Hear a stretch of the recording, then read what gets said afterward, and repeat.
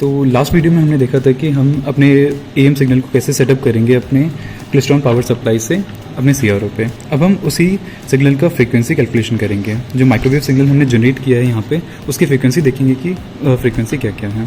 साथ में उसको हम मैच करके देखेंगे जो हम लैम्डा वेवलेंथ का कैलकुलेशन करेंगे यूजिंग दिस स्लॉटेड सेक्शन।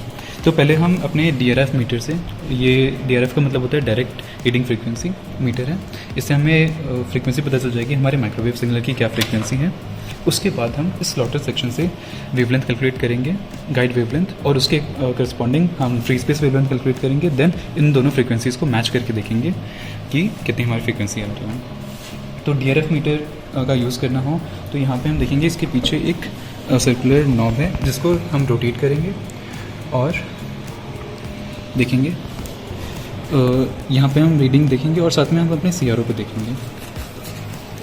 जब ये रेजोनेट करता है, जो हमारा माइक्रोवेव सिग्नल है, जब ये डीआरएफ मीटर के ट्यूनर से रेजोनेट करता है तो हम एक डिप देखते हैं सिग्नल में। तो जब ये डिप हमारा आता है सिग्नल में, एक ये हमारा नॉर्मल सिग्नल, देन ये हमारा डिप आ रहा है। तो जिस फ्रीक्वेंसी पे ये हमारा डिप आ रहा है उस फ्रीक्वेंसी को हम यहाँ अपने डीआरएफ मीटर पे नोट कर लेंगे। तो यहाँ पे देख सकते हैं हमारी फ्रीक्वेंसी आ रही है 9.606 गीगाहर्ट्ज़। तो ये हमारे माइक्रोवेव सिग्नल की फ्रीक्वेंसी है, इसको हम नोट करके रख लेते हैं। फ्रीक्वेंसी जो हमारी डीआरएफ मीटर से आई है 9.606 गीगाहर्ट्ज़। अब ये सेम हम वेवलेंथ का कैलकुलेशन कर सकते हैं यूजिंग दिस स्लॉटेड सेक्शन। तो पहले हम अपने डीआरएफ मीटर को रेजोनेंस पोजीशन से हटाते हैं, देन हम यहाँ पे फ्रीक्वेंसी एंड वेवलेंथ मेजरमेंट करेंगे। तो वो करने के लिए अगर वेवलेंथ की बात करें तो वेवलेंथ, गाइड वेवलेंथ हम लिख सकते हैं 2 times of D1 minus D2, जहाँ पे D1 और D2 है position of consecutive position of minima.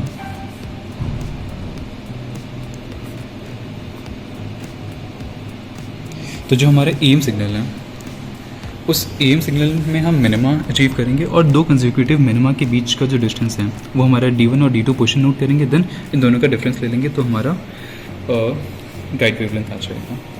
तो यहाँ से हम स्टार्ट करते हैं स्लॉटेड सेक्शन से।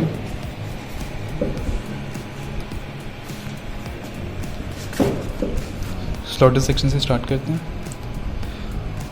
पहले हम एक मिनिमा अचीव करेंगे,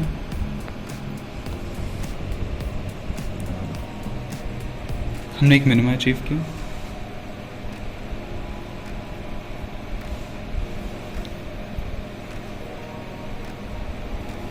तो ये हमारा एक मिनिमा का पोजीशन है।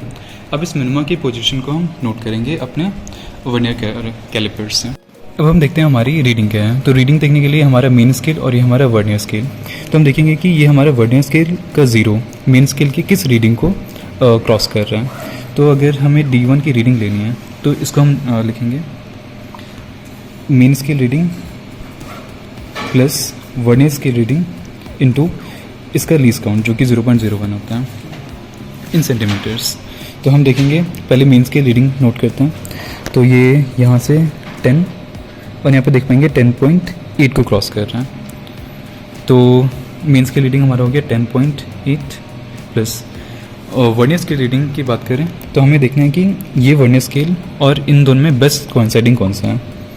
तो हम यहाँ से देख सकते हैं हमारा 6 पोजीशन बेस्ट कोइंसाइडिंग है। तो 6 इंटू 0.01 तो ये हमारा हो गया 10.86। ये हमारा D1 का पोजीशन हो गया इन सेंटीमीटर्स। अब हम सीआरओ पे अपने नेक्स्ट मिनिमा को अचीव करेंगे। तो यहाँ से हम किसी भी डायरेक्शन में जा सकते हैं। तो हम यहाँ से आगे मूव करना स्टार्ट करते हैं।